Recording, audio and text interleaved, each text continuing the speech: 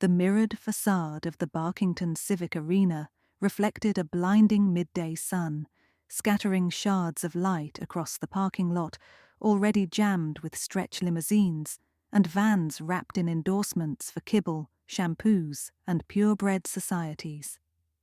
Inside, the air smelled of talcum, roasted peanuts, and 1,000 varieties of canine cologne. Reporters buzzed around velvet ropes, trying to capture arrivals for the Celebrity Canine Classic, the most glitter-drenched dog show on the East Coast.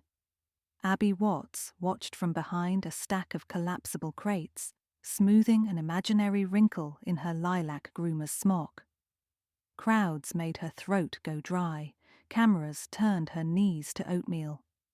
But her boss, old Miss Beeson, had sprained both wrists wrestling an uncooperative chow-chow, leaving Abby to escort the salon's lone entrant, Sir Wellington, an 8-year-old pug with the sleepy confidence of a duke at tea.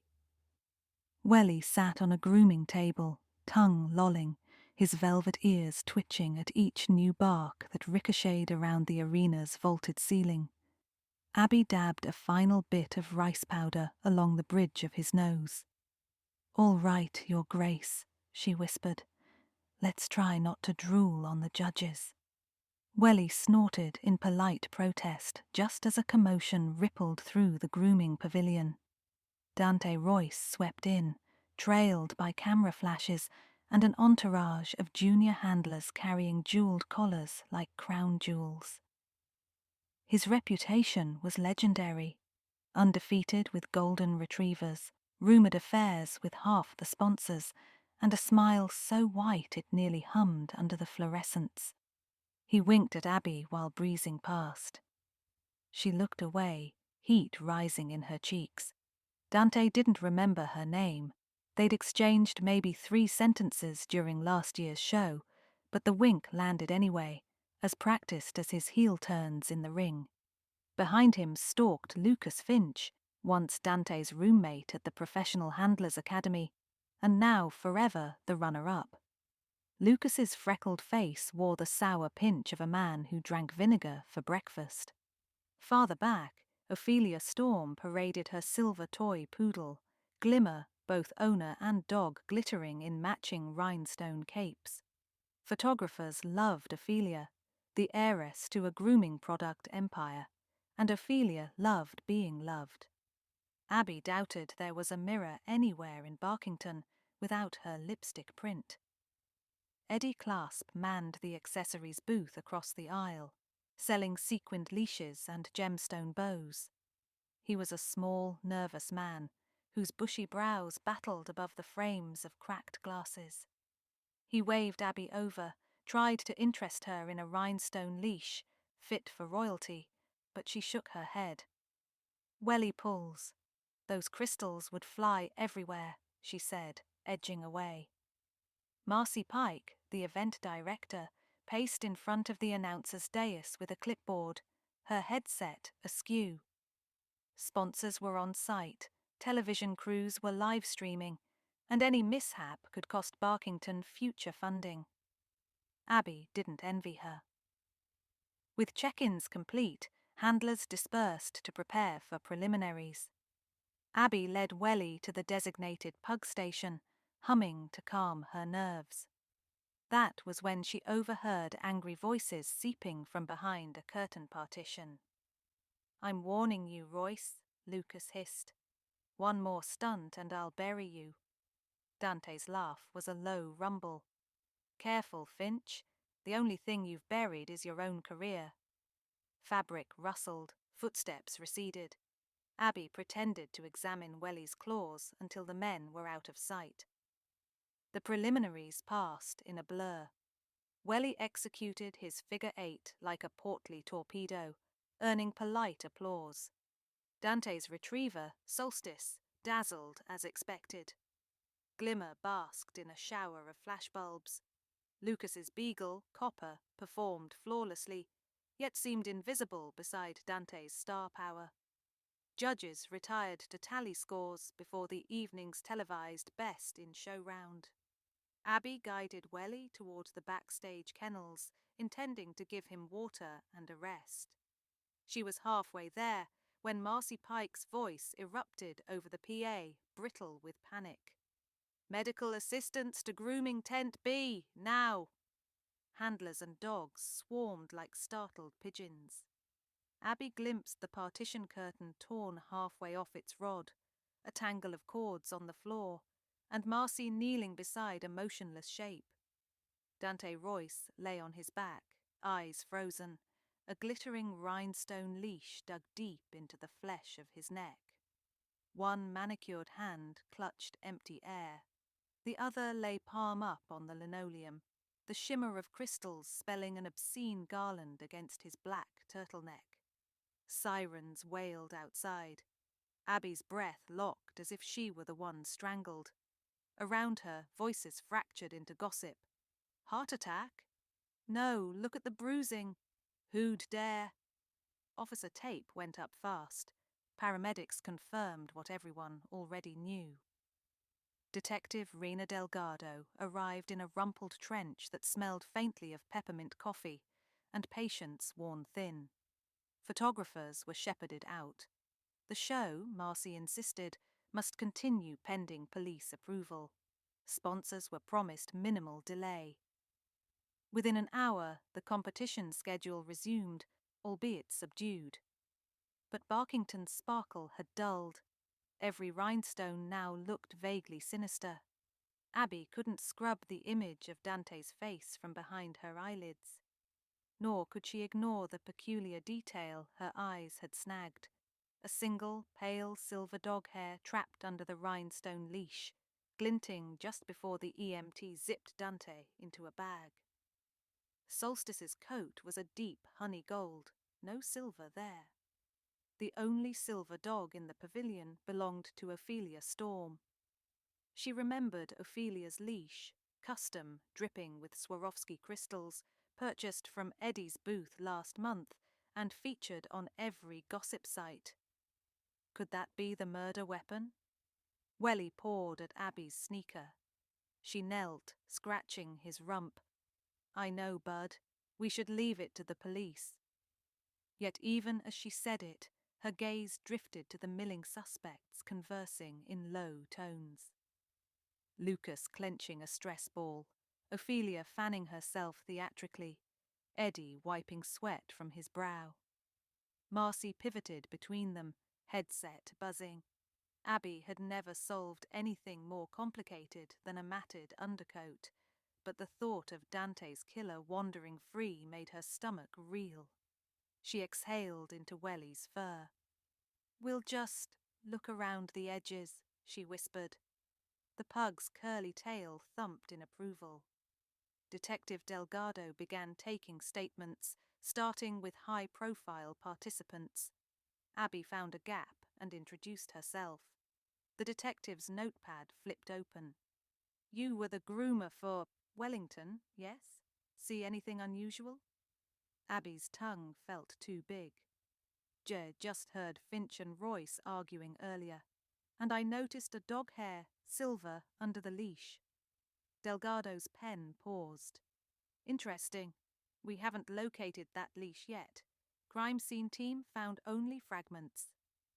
"You mean the killer took it? Or swapped it? We'll know more when forensics is done. Stay available." Abby nodded, pulse skittering. If the leash was missing, whoever killed Dante still had it, or had hidden it. She returned to Eddie Clasp's booth. Spare leashes hung in neat rows, each more glittery than the last, but one hook sat empty, a faint outline in dust. Eddie jumped when she stepped up. "Slow day," he muttered. "I'm looking for a rhinestone leash, same model Ophelia Storm uses. You sold her the only one, right? Limited edition, 10 made worldwide. I only received 2. Sold one to her, one to a collector in Japan. Shipment logged 6 weeks ago." His eyes darted left. "Why?" She shrugged. "Just admiring." As she left, Welly stopped abruptly, nose quivering. He tugged towards the side hallway leading to storage rooms. Abby followed, heart rattling. The corridor was deserted. Metal doors lined each side, one stood ajar. Inside, stacks of extra folding chairs and a chemical odour of bleach greeted them. Welly sniffed beneath a utility sink, then barked twice. Abby crouched. Against the baseboard lay a rhinestone, sticky with something dark. She fished a tissue from her pocket, wrapped the gem, and stowed it. A cotton glove poked from behind a mop bucket. Lifting it gingerly, she saw short strands of silver dog hair adhered to the fabric. Her scalp tingled. If Ophelia wore gloves while walking Glimmer, they'd reek of expensive perfume, not bleach. A creak behind her. Abby wheeled around. Lucas Finch loomed in the doorway, shoulders bunched. "What are you doing back here?" She nearly dropped the glove. Welly wandered off. "Just retrieving him." Lucas's eyes narrowed. "Police told us to stay in public areas." He stepped aside, allowing her out, but his stare clung like static electricity. Back in the main hall, prep for the televised final round ramped up. Spotlights tested their angles. The trophy gleamed near center stage. Marcy's voice crackled over walkie-talkies, instructing handlers to assemble. Abby spotted Ophelia Storm preening under a ring light, while a stylist misted Glimmer's palm. Around the poodle's neck sat a velvet exhibition ribbon, but no leash. A handler held a plain nylon lead instead. Abby approached. "Glimmer looks divine. Surprised you switched leashes." Ophelia huffed. "Stolen." Her French manicured fingers fluttered dramatically. "Someone pilfered my darling's accessory. A heinous crime second only to murder. I'm forced to parade with this pedestrian rope." "Did you report it?" "Of course. Detective Delgado promised to review security cameras. Filthy cretins." Ophelia lifted her chin and resumed posing. If Ophelia was innocent, someone had framed her by using her missing leash to kill Dante. Or she was lying, playing the victim. Abby needed perspective. She found Marcy near the announcer's stand, scribbling frantically. "Ms. Pike, are there cameras in the storage hallway?" Marcy pushed her headset aside. "Every public corridor, yes. Why?" "Because someone dumped evidence there. If your feed loops into the security office..." "Talk to Detective Delgado. I'm barely keeping this show afloat." Abby thanked her and tried the security desk, but an officer blocked access. Delgado was busy interviewing crew. Time was slipping. The Best in Show event began in 40 minutes. Unless Abby did something bold, the killer might escape in the post-show chaos. She paced by a vending machine until a plan formed, scary but solid. She'd stage a demonstration, force the culprit's hand. For that, she needed props. Eddie's booth again. "I'd like that pink rhinestone leash. Can you gift wrap it?" He blinked. "Sure." While he snipped ribbon, Abby searched his cluttered counter. Under a stack of invoices, she glimpsed a grey velvet pouch bearing Ophelia's initials. Eddie followed her gaze and yanked the pouch into a drawer, slamming it shut. His reaction clenched her theory another notch. She rejoined Welly, clipped the new leash to his harness, and inhaled deeply. "Ready for showtime, partner?" The announcer's voice boomed. "Ladies and gentlemen, welcome to the final round of the Celebrity Canine Classic." Spotlights painted the green carpet gold. Contestants lined up. Solstice the Retriever, shown now by Dante's junior assistant, eyes rimmed red. Glimmer the Poodle, Lucas's copper, a mastiff named Brunhilde, and Sir Wellington, smallest of the lot, bulbous eyes reflecting the arena's glare. Abby steered Welly to the front edge. She caught Detective Delgado's glance from ringside and gave a small nod. hoping the detective would sense she had something cooking. When the dogs completed their opening circuit, the announcer paused for a special presentation. Marcy, bewildered, scanned her clipboard. No such segment existed. Abby stepped forward, microphone in hand.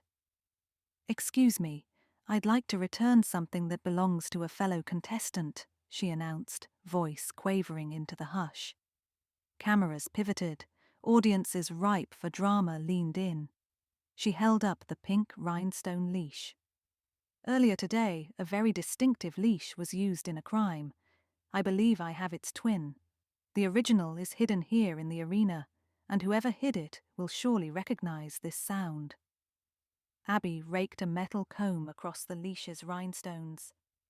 The crystals produced a tiny, unique chime, like glass wind bells. Silence, then a rustle. Eddie Clasp lurched behind Ophelia's seating row, eyes wide. Welly exploded with barks, straining toward him. Abby fixed her gaze on Eddie. "All crystals aren't equal. The limited edition leashes use bohemian cut stones that make that exact note. Only 2 were shipped to Barkington.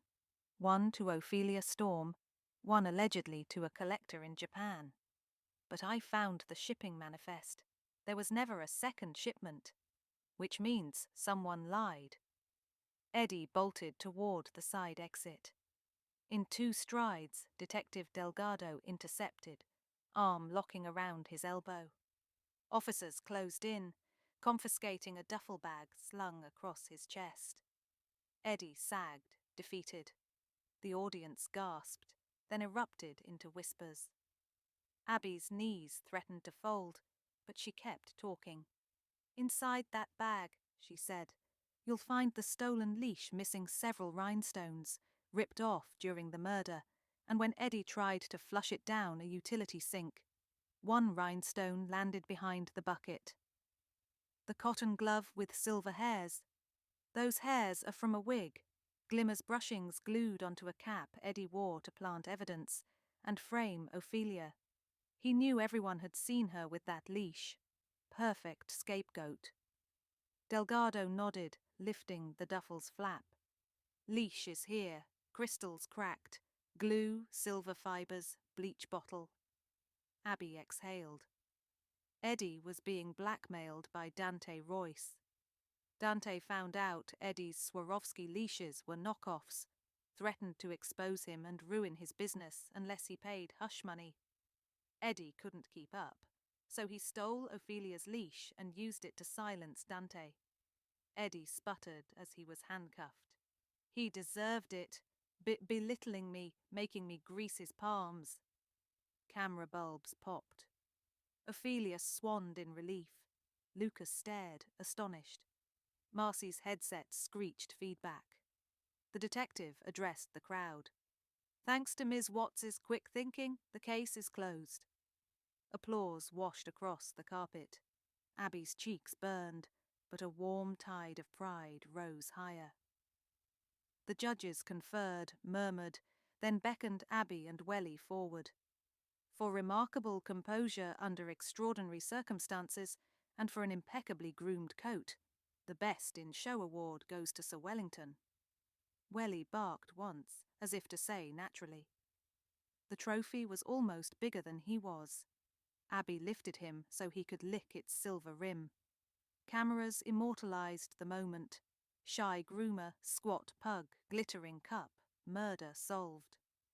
Later, under the quiet hum of the arena's nightlights, Detective Delgado found Abby packing up. "I should hire you," Delgado said, half smiling. "You noticed details my team missed." "I just follow fur and logic," Abby replied, embarrassed. "Fur and logic sound like 2 things police work could use more of." A flush crept over Abby's ears. "Thank you, but I belong with clippers and conditioners. If you change your mind, call me." Delgado handed over a card. "By the way, Solstice needs a groomer for upcoming court appearances. Evidence photos. Interested?" Abby chuckled, feeling for perhaps the first time that laughter came easily. I think Welly would be jealous, but I'll manage." She wheeled her crate to the exit. Outside, the night was cool. The limousine crush dispersed. Abby set Welly on the sidewalk. He looked up, tail curled like a question mark. "Ready for the next adventure, partner?" she asked. Welly sneezed, then trotted ahead, nose to the wind, already searching for new scents in the darkening streets of Barkington, where rhinestones might sparkle, grudges might fester, but a good pug and his groomer could sniff out the truth.